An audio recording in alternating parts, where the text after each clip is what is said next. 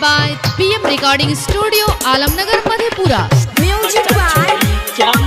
Sanjay Shamra.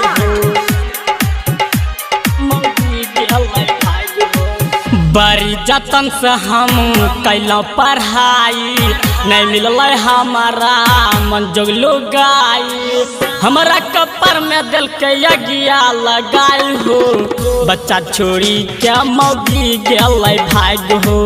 बच्चा छोड़ी के मौगी गेल भाग हो बड़ी जतन से हम कैलो पढ़ाई नहीं मिलल हमारा मन जोगलो गाई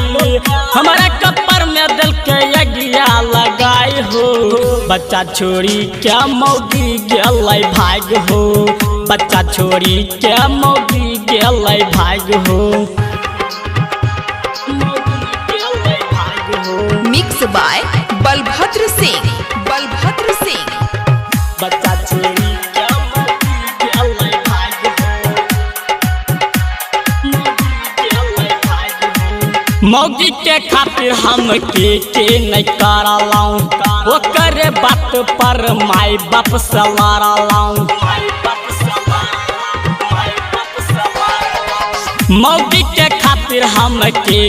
नहीं करलाऊं वो करे बात पर माई बाप से लड़लाऊं फिर भी तो मौगी दे दिल के धोखा चिंता में शरीर भे गेल खोखा कुल खानदान में लग दिल कई दाग हो बच्चा छोड़ी क्या मौगी गेल भाग हो बच्चा छोड़ी क्या मौगी गेल भाग हो Presented by PM Recording Studio, Alamnagar, Madhepura. Music by Sanjay Shamra.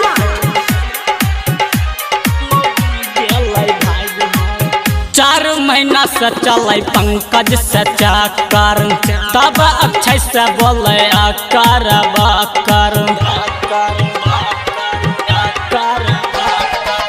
चार महीना से चल पंकज से चक्कर तब अक्षय से बोले